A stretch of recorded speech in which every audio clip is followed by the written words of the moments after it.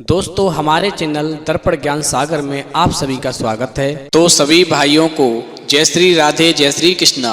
तो दोस्तों आज का प्रसंग है नंबर 1, किस्मत कैसे बदलती है।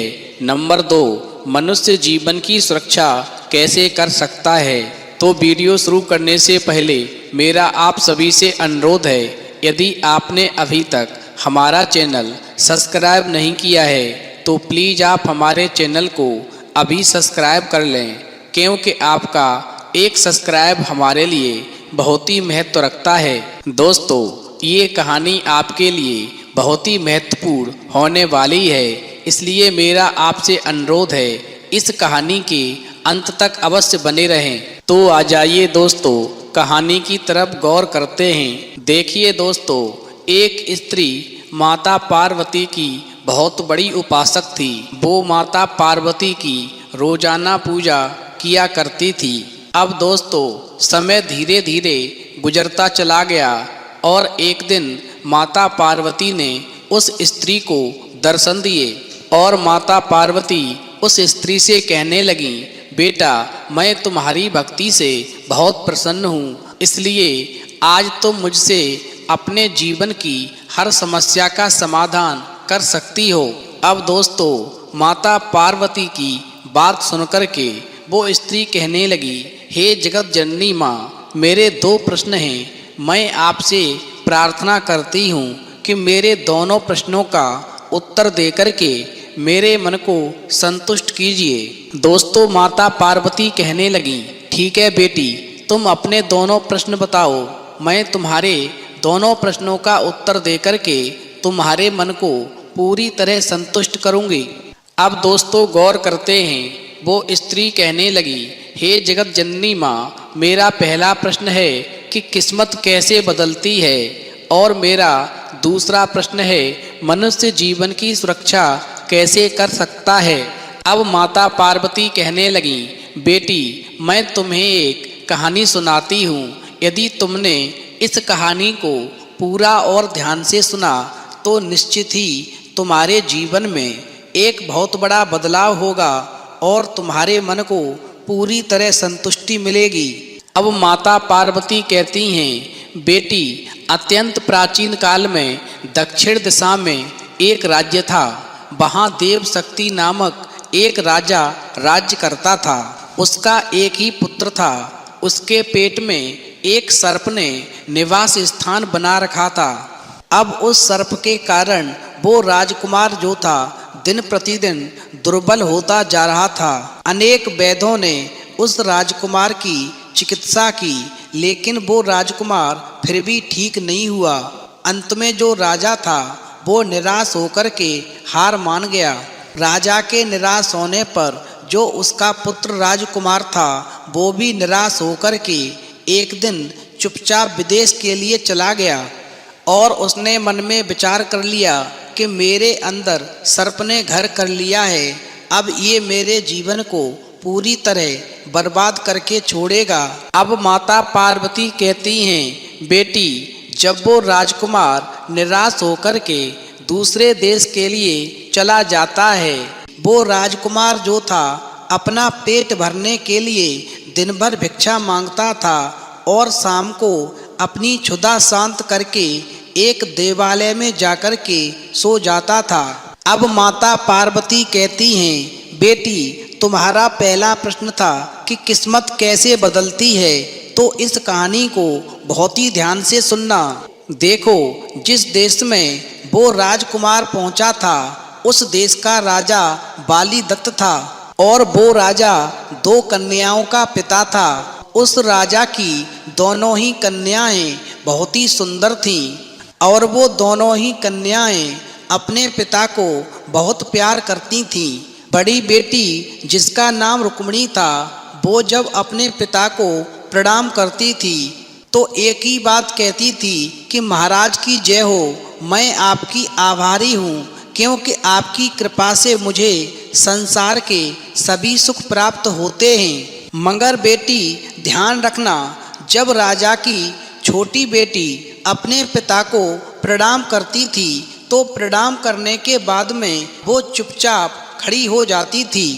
अब एक दिन बालीदत्त राजा ने अपनी छोटी बेटी से पूछा, हे बेटी, तू प्रणाम करते समय सदा चुप क्यों रहती है?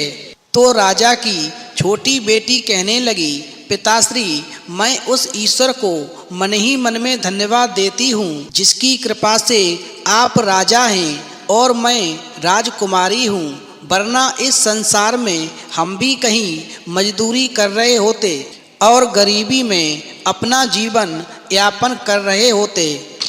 अब माता पार्वती कहती हैं, बेटी, जब राजा की छोटी बेटी ने अपने और अपने पिताश्री के अच्छे भाग्य के लिए ईश्वर को धन्यवाद दिया तो ये बात राजा को बुरी लगी और राजा एकदम से क्रोध में आ गया और कहने लगा, ये राज्य हमने ईश्वर की कृपा से नहीं अपनी योग्यता से प्राप्त किया है, इसको बनाए रखने में मेरा पुरुषार्थ कार्य कर रहा है, ईश्वर की कृपा नहीं। अब माता पार्वती कहने लगी, बेटी, अपने पिता की बात सुनकर के वो राजा की छोटी बेटी कहने लगी, पिताश्री, आप गलत कह रहे हैं, पुरुषार्थ भी भाग्य के प्रभाव से ही फल देता है और भाग्य का निर्धारण मनुष्य के अच्छे बुरे कर्मों के द्वारा होता है। ईश्वर की कृपा न हो और कर्मफल सशक्त न हो तो पुरुषार्थ भी निष्फल हो जाता है। अब दोस्तों, माता पार्वती कहती हैं, बेटी, जब इतनी बात राजा की छोटी बेटी ने राजा से कही तो राजा को और क्रोध आ गया और राजा ने तीखे स्वर में कहा, ठीक है, इसकी भी परीक्षा हो जाएगी।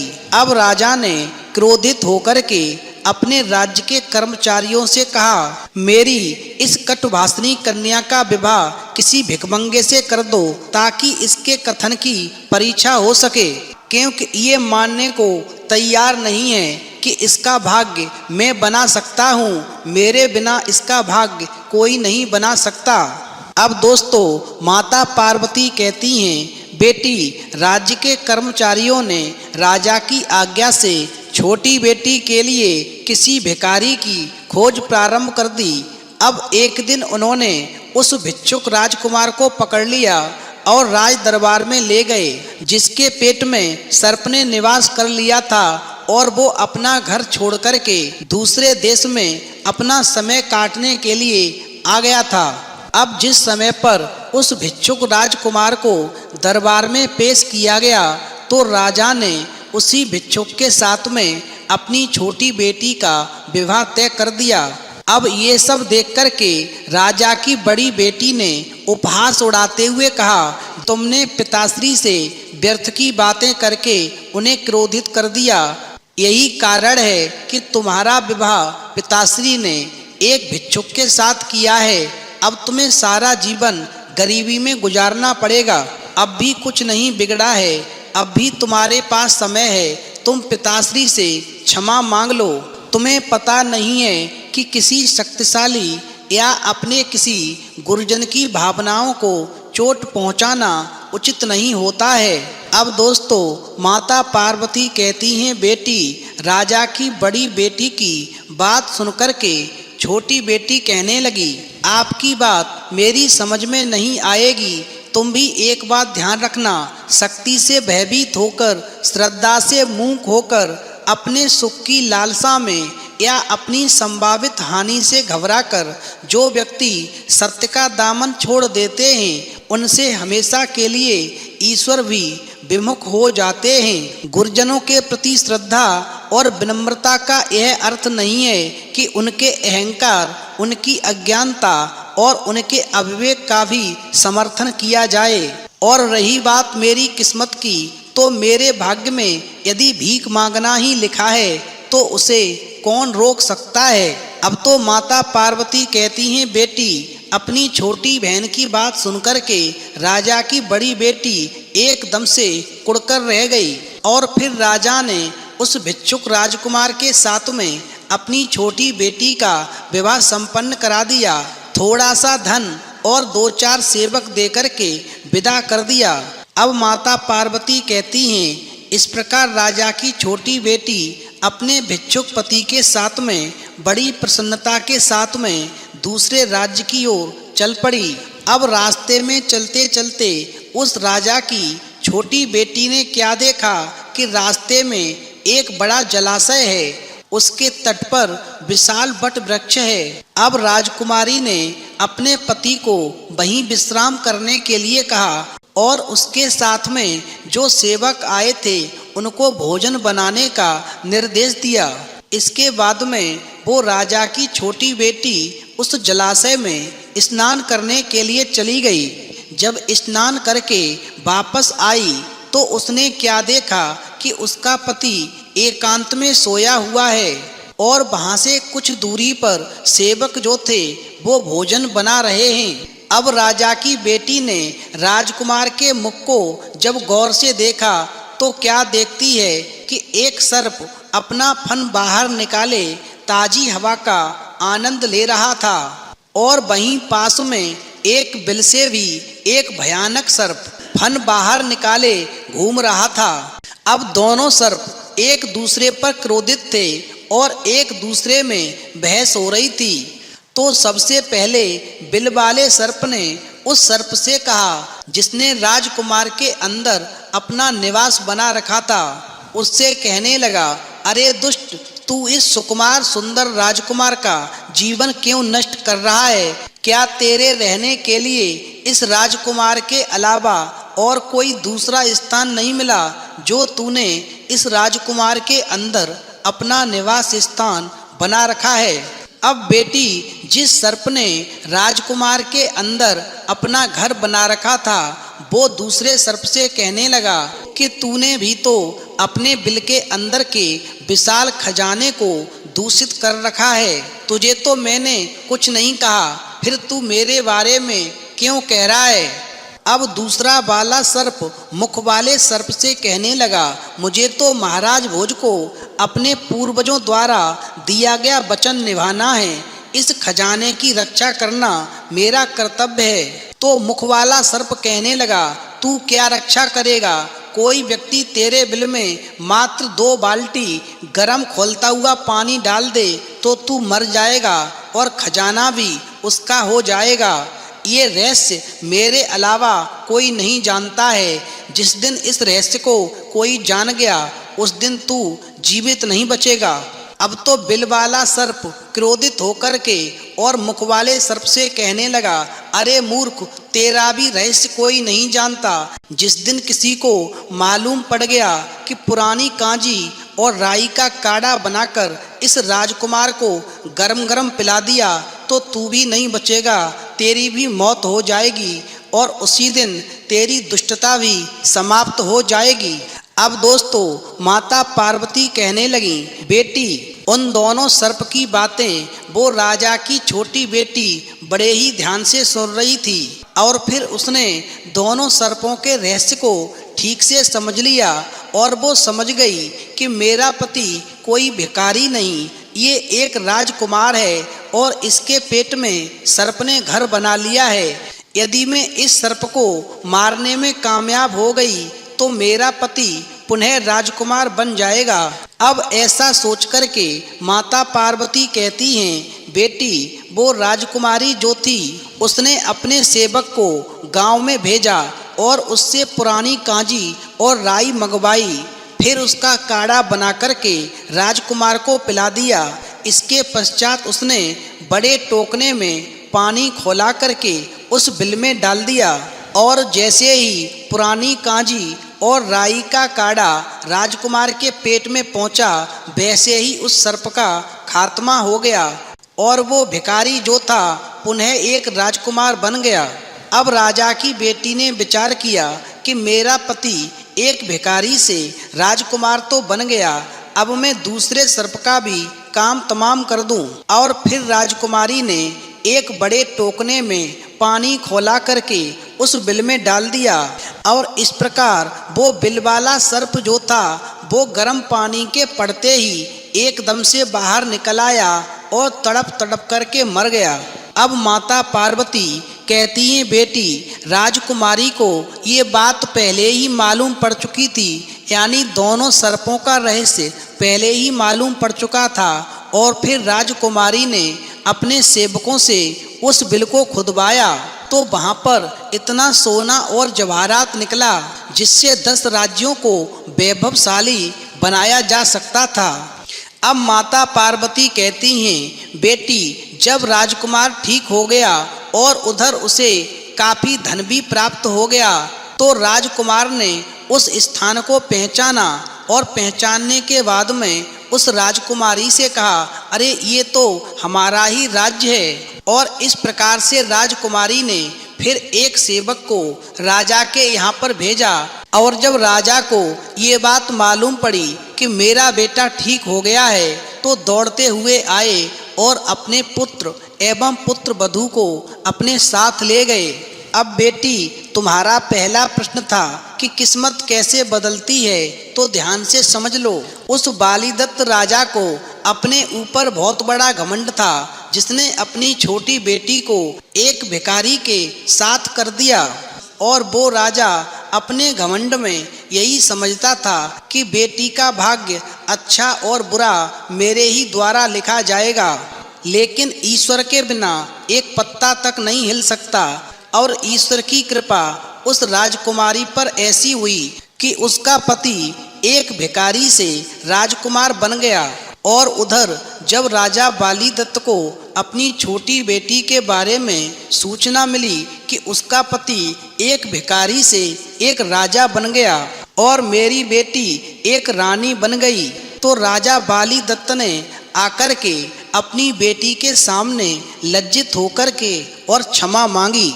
अब माता पार्वती कहती हैं, बेटी जब प्रभु की कृपा हो जाती है तो किस्मत बदलते देर नहीं लगती। इसलिए मनुष्य को कभी घमंड नहीं करना चाहिए, क्योंकि किस्मत को बनाना और बिगाड़ना केवल ईश्वर के हाथ में होता है। अब बेटी तुम्हारा दूसरा प्रश्न था कि मनुष्य जीवन की सुरक्षा कैसे कर सकता है, तो तुम्हारे दूसरे प्रश्न का उत्तर है, समझ लो, रहस्य ही सुरक्षा है। जब किसी के जीवन का रहस्य उजागर हो जाता है, जैसे कि उन दोनों सर्पों के रहस्य को उस राजकुमारी ने जान लिया और जानने के बाद में उन दोनों सर्पों का अंत कर दिया। यदि उन दोनों सर्पों के रहस्य को राजकुमारी नहीं जान पाती तो शायद उसका पति एक भिखारी ही रहता। इसलिए ध्यान रखना कि रहस्य ही सुरक्षा है। अजय से अजय दुर्ग भी गोपनीयता भंग होने पर विजित किए जा सकते हैं। इसलिए आज मैं तुमको कुछ ऐसी बातें बताती हूँ जो बातें कभी भी किसी को नहीं बतानी चाहिए। यदि ये बातें हमेशा राज रहेंगी तो जीवन में कभी भी आपको कोई नुकसान नहीं पहुंचा सकता है। देखो, नंबर 1, दाम्पत्य जीवन की बातें। अपने दाम्पत्य जीवन और घर परिवार की बातें हमेशा गोपनीय रखना चाहिए। यदि आप किसी मित्र, परिचित या रिश्तेदार को ये बातें बताते हैं तो इससे घर के सदस्यों में आपसी मनमुटाव और अविश्वास की भावना बढ़ती है और परिवार का विखंडन होता है। साथ ही आपके घर का राज धीरे धीरे सार्वजनिक हो जाता है। मगर एक बात हमेशा ध्यान रखना कि घर की बातें बताने से दूसरों की सहानुभूति हासिल करने के लिए आप कुछ समय के लिए जरूर राहत महसूस कर सकते हैं, लेकिन इससे आपकी कमजोरी ही प्रदर्शित होगी। नंबर 2, अपमान, धोखाधड़ी। यदि सार्वजनिक रूप से या व्यक्तिगत रूप से आपका किसी ने अपमान किया है तो उसका जमकर प्रतिकार करें। यह भी याद रखें, यदि आप अपने अपमान को प्रचारित करेंगे तो फिर कई लोग आपका अपमान करने लगेंगे, क्योंकि लोगों को आपके साथ कभी सहानुभूति नहीं रहती है। दूसरा यह है कि खुद के साथ हुई धोखाधड़ी को भी हर किसी को नहीं बताते रहना चाहिए। जिसके पास इसका समाधान हो उसे ही बताएं, वरना आप हमेशा हंसी के पात्र बनोगे। नंबर 3, आर्थिक हालात।